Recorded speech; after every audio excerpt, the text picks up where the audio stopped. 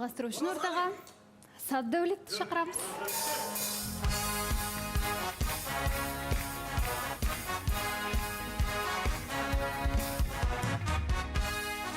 Қалайсыз, Саддәулет, жақсысыз ба? Жақсы, өздеріңіз қалайсыздар? Бәрі жақсы. Кеше ғана үміткер келді сізге, Ажар есімді. Иә, келді. Кездесу болды ма екен, қалай болды екен? Болды. Шақырып алайық, иә? Ажар, келіңіз.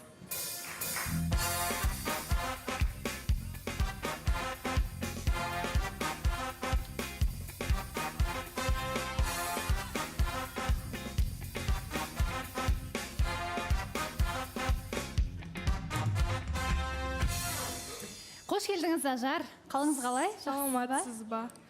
Иә, микрофонды жаныңызға қойып қоя салыңыз. Сіздерде кездесу болды ма? Әрине. Фото-видеоларыңыз бар?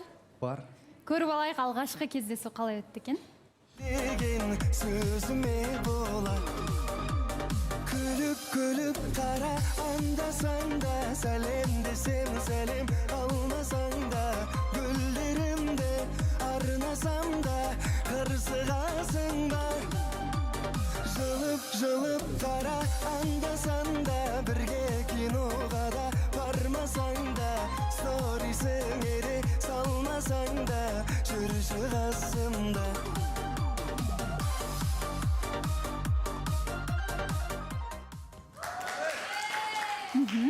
Жаңадан шыққан әніңіз, иә? Иә. Құтты болсын. Рахмет. Әлі шықпады. Шығарамыз енді. Енді шығады, иә? Бұйырса. Жақсы, хит болып кетсін. Біз келісіп келдік. Нен туралы? Бәрі арам ойласын десең.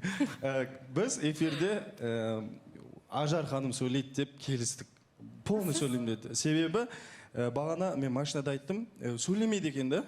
Онда сен энергияңды жинап отыр дедім. Сен қазір эфирге келесің, сол кезде сөйлейтін шығарсың дегенде, иә деді, тоқтамай сөйлеймін деді. Яғни сіздер кеште кездеспедіңіздер, бүгін таңғы асқа бардыңыз. Иә, бұл кісі 10-нан кейін шықпайды екен. А мен наоборот 9:30-дарда бітірдім шаруамды.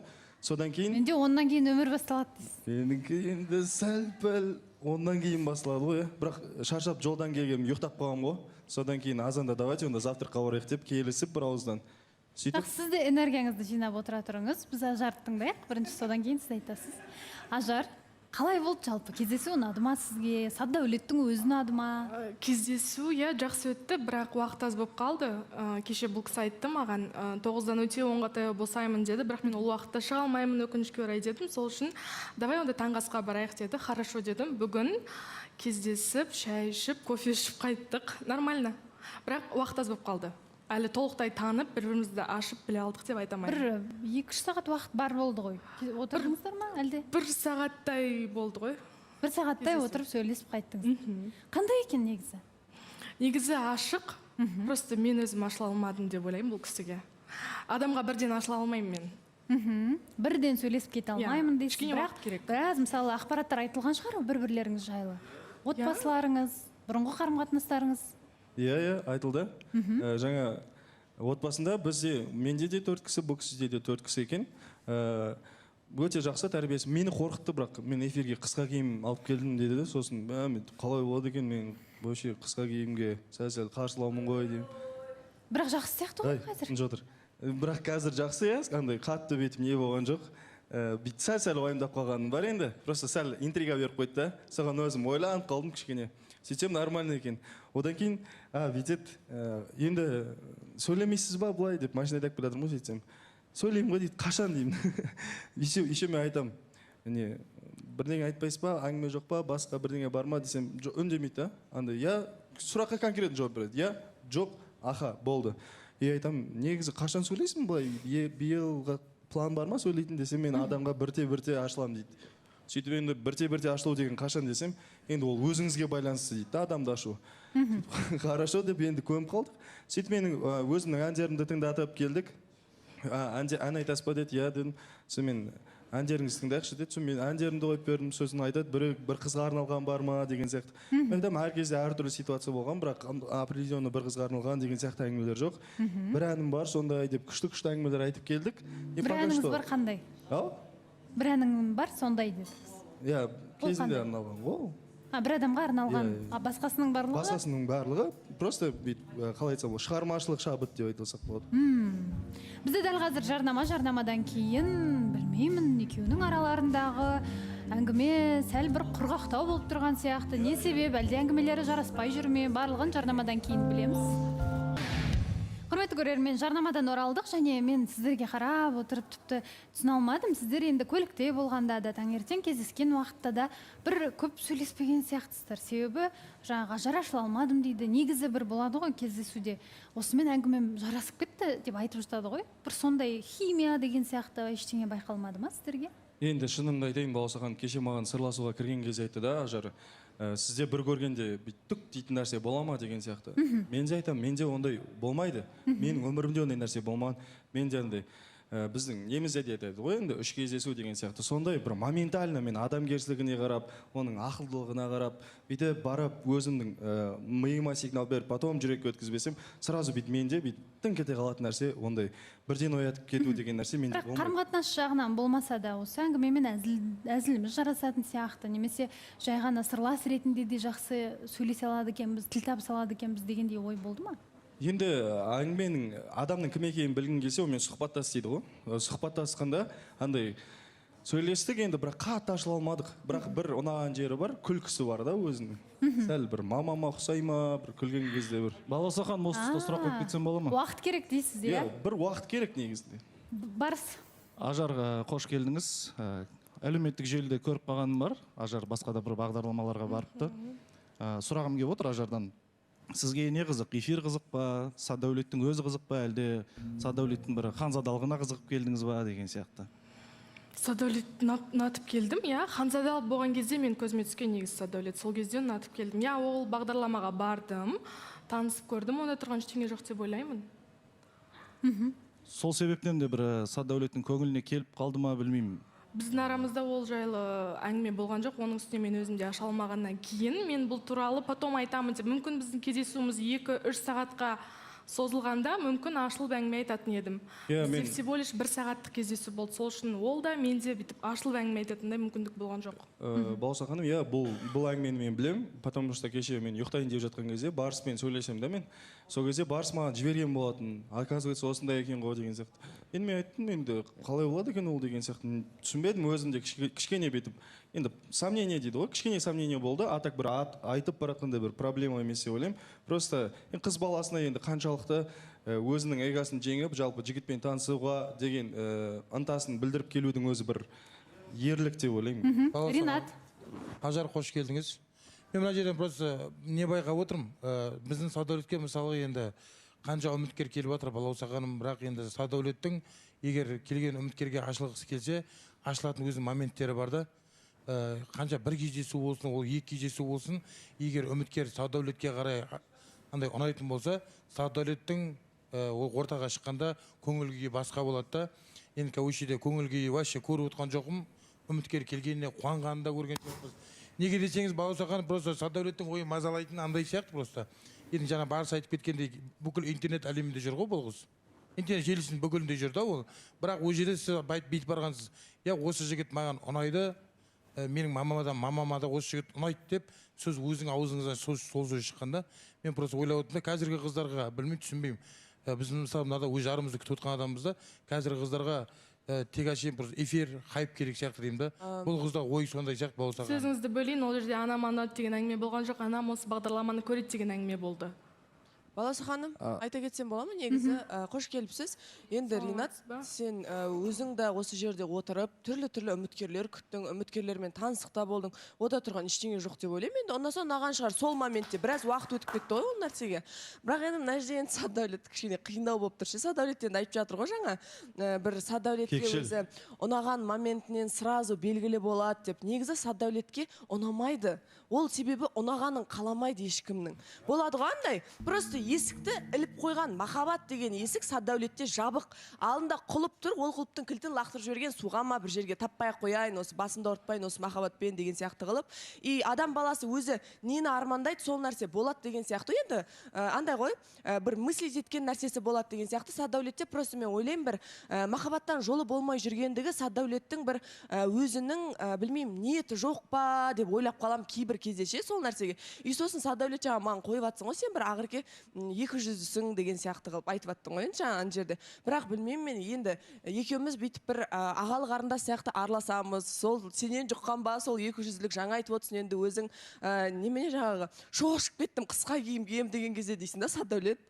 Сен енді ондай нәрседен шошымайсың ғой, былайынша айтқанда. Шошимын, Өзің бүйтіп қыздарды, қысқа киген қыздардың фотоларына қарап, тамсанып жүретін адамсың ғой енді деген сияқты ғой. Эфирда не үшін тоқтаса енді? Эфирда өтіріктен отырасың да, қысқа киім кием деген кезде шошып кеттім. Не істеймін дейсің да? Хотя саған ұнайды ондай нәрсе. Не үшін халықта өзің қандай барсың? Неге сондай болмайсың? Арам, Баласахан, просто бағана мен пікір айттым ғой Ақеркеге қарама-қарсы. Соған просто бүйтіп тауып берген аргументі ғой енді, типа шошып кеттім деген сияқты. Жоқ, білеміз әрине, бірақ енді дегенмен де Ақерке көрген айтып отырған шығар енді. Жоқ, көрмеген ғой, мен оның қасында отырып қыздар қарамайды екенмін лично. Көрсем өзім көремін ғой тығылып деген сияқты. Жоқ, Жансая айтып отыр ғой, мысалы Жансая кәдімгідей нетіп отыр, дұрыстап отыр. Жансаяға көрсетіпсің, оказывается. Маған осылай қысқа киген қыздар ұнайды. Жансая сізге не деп айтты? Балауса ханым, осыдан примерно бір ай бұрын ба далада тұрғанбыз. Сол кезде маған телефонын көрсетті. Қара, әдемі ба дейді. Мен, иә, әдемі, бірақ көйлек тым қысқа сияқты деп едім. Мана мен вкусымдағы қыздар осындай қыздар Керек болса. Өтірік, жалағым ғой. Жоқ, басқа Жансая айтпайды. Жансая, бір ай бұрын, қой. Нан ұрсын дейін ба, не дейін енді? Баласахан. Енді айтайыншы, бағанға отырмын ғой. Бір жағынан Ақеркенің пікірімен келісемші. Өйткені мен мәселенің бәрі Сатдәулетте сияқты. Өйткені енді осы жердегі айтамыншы мақтаған кетті, бірақ та ұшып кетпей аспанға, иә.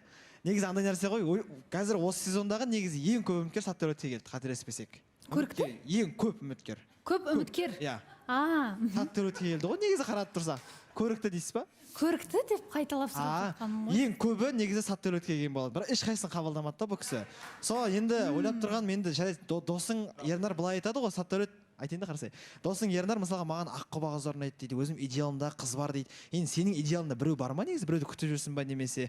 Просто сенің өзі шатысып кеттік біз. Сен еңлікті приоритет көресің, біресе Заринаны приоритет көресің, біресе Айдана дейсің. Просто сол сенің вообще вкусында қандай қыздар, сен штоп үйлену үшін саған қандай қыз келу керек? Әлде орамалды біреуді күтіп отырсың ба? Жоқ, әңгіме орамалсыз емес, ол адамның киімі ғана сыртқы. Просто оның ішіндегі адам маңызды да, қандай ол адам. Маған примерно қандай қыз деп тұрсың ба? Примерно Баласаханымдай ғой. Жоқ, енді типажындай. Баласаханымға ұқсайтын қыздар. Мәссаған. Типа осындай мінезі де осындай бір адаммен. Бірақ штук осындай. Оны еще ағам алып кетті. Иә, кешіріңіз онда. Баласахан менде. Жалпы идеалым осындай. Мінезі жағынан, өзін ұстау жағынан, андай женский энергия деп айтады ғой. Сол жағынан Баласаханым сияқты. Не деген комплимент айтып жатсыздар, ұялтып мені, ой рахмет. Әлде ренжіп қалмасын деп. Жоқ, сүңгіп жатыр. Жоқ. Өткендеген жұп шай отырсыз ау. Жоқ, шын айтам, мен ағам бар, сол кісіге айтам да, аға осындай бір Баласаханым сияқты қыз болса, негізі деп айтам, ол кісі де, иә дейді, сондай қыз алсаң қуанышты болар едім деген. Баласахан, иә, бәлкім сізді әшейін бүйтіп алдап та отыру мүмкін негізі ше. Негізі ондай емес сіздіңші. Жоқ, енді сізге ешкім тең келмейді ғой енді Баласахан. Мүмкін енді сізді әшейін бүйтіп алдап, алалап отқан шығар деген ой ғой. Білмеймін, ана кезде енді Сатдәулеттің бір сторисін байқап қалдық та негізі. Ол сторисында енді соған қарасақ бір басқа қыз ойлап жүр ма деп те ойланасың негізі.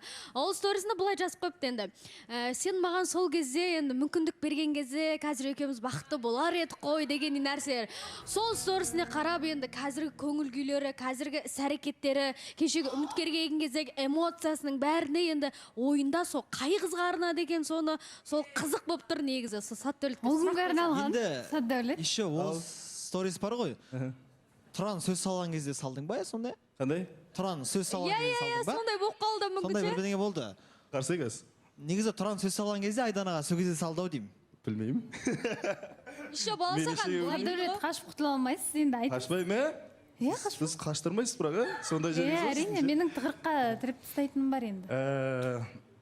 Так, сол кезде маған шанс бергеніңде қазір бақытты болар едік. Иә, салғам. Ол Шымкент қаласында болды. Мен съемка істеп жатқан едім. Сол кезде енді бір көріп қалдым енді. Сондай бір жақсы жаңалықтар болып жатқанын қуаныштымын әрине. Просто қалай айтсам болады енді. Бір ол кісіге арналмаған енді. Просто мен тиктокта отырған кезде сондай сөз шығып қалды да. И алдында копировать, ставить дей салдым. Қалай? Енді салсаңыз, яғни ол сіздің мына көңіліңізге я тиіп тұр, я бір нәрсе сізге байланысты болып тұр. Ұқсап сол тұр кезде бір ситуация дегендей ғой. шынымды айтайыншы Баласахан, өтірік айтпай ақ қояйыншы. Шынымды айтайын, сөл андай. Ай деп қалдым, біртүрлі болып қалдым кішкене. Айданаға, яғни тұран сөз салып жатқан кезде сіз ойлап қалдыңыз. Жоқ. Тең деген сияқты ма? Бақытты болсын, бірақ андай. Ай, неге өйтті екен, жұптық па не, 1,5 аптада деген сияқты ой болды да. А так, ондай бір еш нәрсе жоқ. Балаусахан. Қалай ештеңке жоқ. Сіз ойланып, Ойбай, барып. бақтан шықтыңыз? Айтсаңыз. Қорқып кеттім. Ай деп. Мен барып отырып бересіз ба? Біреу алатаяғымен ай деген сияқты болды. Ау, айтыңыз, Ақберіште. Мен барымды ұмытып кеткендей болып отырсыз ғой. Неғып ойланып, барып бүйтіп жауап бердіңіз. Қайт жауап берейін. Значит, сізге ұсыныс жасағанда бірдеңе қылып ете қалған ғой мына жерде. Иә? Сіздікі неге тұқ қылып, неге оңдайсыз? Бір нәрсе пұп или... Мен ойымша сізге осындай қыз керек сияқты. Сізді селк еткізетін бір қыз осындай болу керек. Мен инсульт болып қалатын сияқтымын онда. Қойыңыз, Құдай сақтасын. Жоқ, Баласахан әзіл ғой. Жалпы, болды, бірақ шынайы бақыт тілеймін. Бәрі ровно, бәрі. Не әзіл? Жаңағы да, просто маған тиктоктан шыққан сөз болды. Шынайы сөйтіп тұрдым да, өзіме қалай болады дегенде салып қойдым. Просто болды. Балаусахан, жоқ, мына жерде Айтуларыңызды айтып алғаннан кейін ол ойын деп қабылданбайды. Сондықтан да мен ойымша кәдімгідей сол кезде енді бәрібірде бәлкім бұрын сөйлескеннен кейін бір ойыңыз болғаннан кейін шынымен де қылып ете қалған шығар ішіңізде. Мүмкін. Еще Балаусахан кеше эфирға келіп алып, мен жанымда отты ғой, былай айтып отыр ғой, мен негізі жаман біртүрлі болып қалдым дейді да, Айдананы мен ана жерде я деп айтады деп ойламадым дейді да. Содан кейін сол настроениеме негізі до конца отырды ғой Саттаулет, просто бауырынаға Саттаулет деп сөз бергенге ғана ұялып сөйледі да, айтпесе негізі сөйлегісі де келмеді. Еще бүйтіп айтып қояды, сонда адамдарға қазір сонда кәдімгідей ақша маңызды ма дейді да, ақша маңызды ма, менде де сондай ақша болған кезде мүмкін деп сондай әңгімелер айтып жатыр. Өпке ренішін айтып жатыр, ішіндегі обидасынша Балаусахан. Негізі сәл тағы да не істесеңіз айтып қалуы мүмкін. Қысыңызшы тағы да. Мен бір тергеуші сияқты. Жұмысқа кірсіңіз деңізші. Жоқ, енді сіз кеше осылай айттыңыз ба? Жоқ, Нұрай қойсай. Жоқ, мен бәріне ақша маңызды. Жоқ, енді ақша маңызды, қап, менде сондай ақша болғанда деп үйтіп айтпайды екен мен Баласахан. Жоқ, бәлкім ойланып қалған шығарсыз әлде, қазір қыздардың талабы сондай ма дегендей. Әлде қап үлгермей қалдым ғой дегендей ме? Жоқ, сол әңгімелерге байланысты мен айтқым, шынымен де ұятып жібердім, міне, бопты онда деген сияқты болды, бірақ ақша деген сияқты нәрсе. Жоқ деген жауапты күттіңіз ба сонда? Енді жоқ болғанда уақыт өтсін кішкене де, хотя бы бір ай, одан кейін жұптық деп ойлағанмын. Мен просто адамдардың бәрін өзім сияқты көріп қаламын да, кішкене танып білейін, одан кейін конкретно жұптық деген ол үйлену ары қарай деген сияқты. Енді ол сіз жеке тұлға, олар жеке тұлға дегенде сізге қаншалықты маңызды олардың отношениясы? Енді олардікі емес, просто бір, мен білемін ғой, просто оғыз танимын, андай, жақсы білемін да, и моментально мания деген сияқты нәрсе болып қалды просто. Балаусахан, мен айта кетсем бола ма? Жалпы мен ойлаймын да, қазір Аягөз сөзіңізді бөлейінші. Айдана, сіз әйтеуір өз еркіңізбен я деп айттыңыз ғой, иә?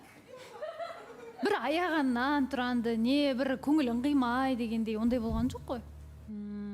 жоқ, Балаусаханым, кәдімгі өзім ойланып, ішімнен сондай шешімді қабылдап, солай жауап бердім. Бірақ енді Саттаулет расымен де келесі күні келе сала бірден бері келші деп мен шақырып сөйтіп айтқаны бар. Мүмкін мен адамгершілігін ұнатқан шығармын, қайдан біледі деген сияқты. Мүмкін қадамдарын ұнаған шығар жігіттің. Тек сол ақша деп соны ғана тіреп қойды. Айдана, сөзіңізді бөлейін, әрі қарай жалғастырасыз. Саттаулет бұған не дейді? Бізде дәл қазір жарнама, жарнамадан кейін бұл таныстық жалғаса ма жоқ па, бірге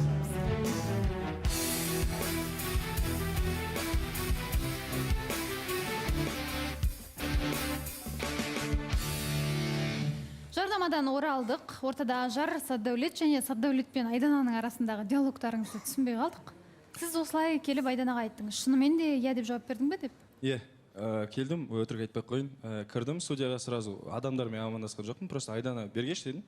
Сөйтіп, типа, андай, не болды деген сияқты взглядпен қарады да, сосын бергеш дедім. Сосын бардым, айттым. серьезно ма деген сияқты, иә деп жібердім ба жұптыққа деген сияқты. Ол иә деп жауап берді. Шынайы ма деген, шынайы кәдімгідей осознанно 2 аптада иә дедім. Иә деді. Онда хорошо, бақытты бол, басқа еш нәрсе демейін дедім да, өз жолыммен кете бардым. Мен сұрақ қойсам Айдана бола жаңа ма? айтып қалды ғой Садәулет, қазір ажар қоясыз. Мен бұл қызды жақсы білемін ғой деп сізді. Енді дос ретінде болсын, таныстықта болған кездеріңіз бар дегендей. Шынымен де жақсы біле ма сізді? Иә, жақсы таниды деп айта аламын. Ал және сіздің берген жауабыңызға байланысты сонда Садәулеттің 50% десек те қателеспеуі мүмкін ба? Шынымен де мен ойлана келе жауап бердім. Ол менің жауабым қаншалықты Садәулетке маңызды, мен оны түсінбедім да. Не үшін өйтіп киіп пісіп келіп өйтіп сұрағанын да түсінген жоқпын. Тіпті айтып жатыр ғой, мысалы Тұран сөз салған күні осындай TikTok салды жаңа видеосын, мен оны көрдім. Бірақ шынымен де мен оны өзімнің адресіме қабылдаған жоқпын. Тіпті маған қатысы бар ма дегенде ой келген жоқ негізінде. Қазір айтып отқан білмеймін енді неге олай, мен сені білем, неге олай жауап бердің дегендерін. Жоқ, Айдана просто сен былай қабылдамады, ол нәрсені просто ақшаға деп атсың ғой, онда емес. Айдана асықпай шешім шығаратын адам, кәдімгідей ойланатын, бір апталап күндеп кәдімгідей ойланатын адам. Сөйтіп, мен просто оның ақшасына бола иә депкен жоқ, мен ондай сен тек қана бір ақшаға байланған қыз деген сияқты жеткізгім келмейді. Сен дұрыстап тыңда да ол әңгімені. Менің айтып отқан нәрсем қысқа мерзімде қалайша иә деп жіберді. Просто сол маған маңызды болып қалды. Потому что Айдана андай әр қадамын аңдап басатын адам, содан кейін де бір оппа деп қалдым да. Или алдында бір нерде әңгіме болды ғой, таныстықтасыңдар сендер, Астанаға барып келдіңдер, енді типа жұпа болдық, енді ары қарай типа Дубайға бара береміз ба деген сияқты әңгімеден қашып кету үшін ба, біз жұппыз ғой, бара береміз деген сияқты әңгімелер, сол енді қозғалмасын деген сияқты бір сондай бір оймен қабылдап жіберді ма деп қалдым да. Бірақ енді TikTokқа келетін болсақ, иә, тікелей негізінде сондай бір кішкене өзіме бір деп сала салған мен сол моментте. Сізге сұрақ, бұл сіздің қызығушылығыңыз ба әлде қызғанышыңыз ба? Бұл менің қызығушылығым деп айтсам болады. Қызғаншақтық деген. Настолько қызығушылық қайдан болады? Значит, сізге может Айдана экс-таныстықта болған қызыңыз ғой, мүмкін қызғанып отқан шығарсыз. Қызғаныш басқаша ол. Мен қызғанышты қызғансам айтам, мен екі адамның ортасына вообще түспеймін. Мен қосайық тарихында олай жасамаған. Екі жұптың арасында бүйтіп кіріп кетіп, болмаса оның қызына сөз салып, болмаса тартып аламын деп жоқ. Просто сол моментте кішкене обидно болып қалды, и өзіндікін айтын болды. Жоқ, Балсахан, мен ойлаймын да, негізі жалпы мен былай ойлаймын. Негізі еркектерде бір животный инстинкт оянады ғой. Айданаға осындай үміткер келгеннен кейін Сәттәулеттің бір өзінің бір самооценкасы бір түсіп қалып, маған неге жоқ деді, неге Тұран ағаға осылай я деп кетті сразу деген сияқты бір өзінің бір животный инстинкті оянып кеткен сияқты деп ойлаймын. Жалпы егер де Тұран ағада емес, басқа да бір қарапайым деп айтайықшы, бір үміткер келіп өстіп, Айданада бәрі жақсы болып я деп айтса да сондай бір реакция болатын ба еді сенде? Иә, олай бөліп жүрмекші өтініш. Мені Айдана да жақсы біледі, осы жердегі мен жақын адамдарым біледі. Мен адамның ақшасы бар ма, ол мансапты ма, ол әкім ба, мен олай араласпаймын. Мен көшедегі кәдімгі қарапайым адамдармен, жалпы дала кезіп жүрген адамдармен де ек қолдап амандасам, бірдей әңгімесін тыңдай аламын. Сол үшін етіп адамдарды бөліп жарып керек емес. Қандай үміткер келсін Айданаға, мен сондай сұрайтын едім бәрібір. Шынымен де я деп жібердім ба? Мен сияқты, біз сияқты қарапайым бала кеп, осы 2 аптаның ішінде сөз сап жерсе, мен Айданадан бәрібір сұрайтын едім. Шынымен ба, я ма, кәдімгідей ма деген сияқты нәрсені сұрайтын едім. Балса ханым, мына жерде бір таныс сценарий сияқты, өйткені алдындағы Айдана мен Тұранның видеосын көрген болатынбыз, кездесу Астанадағы. Келесі қай қала деген отсылка жасап кетті. Значит, бұл кісілер тағы да бір жерге пландап отыр, қай қала екенін білмеймін енді, ішкі туризм ба, сыртқы туризм ба. Негізі Айданаға айтқан сияқты. Давай тағы да бір елге барайық. Ой, іштегілер әңгімені білесің ғой ертең. Иә, іштегілерді білесің ғой, это хайвай шығарады, неге бүйтті, сөйтті. Давай лучше жұп болайық, жұп сала қойын, и бәрі четкий болады. Өйткені Айдана алдынан бері байқап жүрмін, сол затты күтіп жүрді ол. Қашан салады, қай күні салады деп мен байқап қалдым. Сол Сәттәулет соны негізі меңзеді. Дұрыс па? Балса ханым, айта кетейінші, мен мына жерде жігіттердің айтып жатқандарына таң қалып отырмын да. Менің миым оншалықты алдыға қарай жұмыс істемейді, шын айтайын да. Так мен былай істесем, былай алдын ала ходтарын дайындап, бір кісілер сияқты бір сценарийлерін құрастырып, бір мынандай жолдармен жүрмеймін. Мен қалай бар солай істейтін адаммын да. Ал бұлардың айтып жатқандары әркім өз ойынан хабар береді деп ойлаймын да. Демек өздері сондай планмен жүретін адамдар да, алдын ала мен былай түсірейін, сосын былай істеймін, екі эфирден кейін былай істеймін деген сияқты да. Ал бізде шынымен де мен таң қалғаным да рас. оның алдында күтіп жүрсем, мен мысалы бүйтіп ойлағам, мүмкін андай намектар болды да, мүмкін жұптыққа деген сияқты ол кісінің тарапынан. Сондықтан да мүмкін келіп қалар ма екен деген сияқты ойлар болды, мен оны жасырмаймын. Ал бірақ дәл сол күні келіп сөз айтатын мен расымен де білген жоқпын. Баласахан, мына жерде деймін, мысалы Садәулет айтып отыр, қызғанды деп, мысалы Айдананың жүзіне қарап отырсаң, Айдананың өзі мәз ғой соған. Мысалы егер де мысалы сен өзің жұпта жүрген адамсың, Айдана, егер сен Садәулет солай айтып жатқанда сен шап беріп атып тұратын жерің ғой, негізі жоқ олай емес, мен жұптағы адаммын депші, сен Садәулет сөйлегенде сен соған қарап мәз болып жоқ олай керек емес бұл жай. Ол керек емес, ол Садәулет мысалы ол шындық әңгіме ғой, қарап отырсаң. Сен қара мысалға нарда кім бар, жұп бар, мысалы жұп отыр міне, мысалы кіммен кім танысықта жүр ғой міне, Расул бір нәрсе мысалы кім атып шығады әсем. Жоқ, олай емес, мен осындаймын депші. Айдананда сөйлеп айтатын жері ғой Баласағаным. Жоқ, ол одан да айтып та жіберді, ол маған айтты, саған касайма, саған не бар деді, айтты маған. Садәулет ол саған не қатысы болу керек, вообще деген сияқты әңгіме болды оның тарапынан. Сол үшін Айдана қазір сен андай қылып қабылдамашы, жігіттердің ойын мен түсінбеймін, алдыға қарай шаппаймын. Мен просто өзімнің ойым, ондай сценарий емес, мен конкретно шынайы бақытты болғанды қалаймын. Просто бізді де өйтіп жаман ойлап қажет емес, ондай керек емес. Жақсы, Садәулет. Ажар, сізді екеуіңізді тыңдадық. Енді таныстық қалай болады? Баласа ханым, шынымды айтайын, жаңағыдай Ажар айтқандай, менде бір көргенде тік деген нәрсе шынымды айтайын болмады. Сол үшін Ажарға келгеніне рахмет айтам, қадамыңызды бағалаймын. Менен де жақсы жігіт бұйырсын. Тек қана жақсылық тілеймін. Сол үшін сіздің уақытыңызды алғым келмейді. Мен өзіме де бір өзімді алдап өмір сүре алмаймын. Сол үшін қадамыңызға рахмет. Иә, дұрыс, бізде негізі мен бір көргеннен сезетін адаммын. Менің адамым или менің адамым емес деген сияқты. Бізде ондай ұшқын, ондай ештеңке ұласпады, сондықтан таныстықты осы жерден тоқтатқанымыз дұрыс деп ойлаймын. Жақсы, екеуіңіз де ересек адамдарша бірден осылай екеуміздің әңгімеміз сәл жараспайды екен деп түсініп тату тарап жатқандарыңызға рахмет. Сізге чемпион Кения Сансет шайын сыйға тартамын. Қара түйіршіктелген ешқандай қоспасы жоқ, өте жоғары сападағы өнім. Алып барарсыз отбасыңызға, бақытты болыңыз. Келгеніңізге рахмет.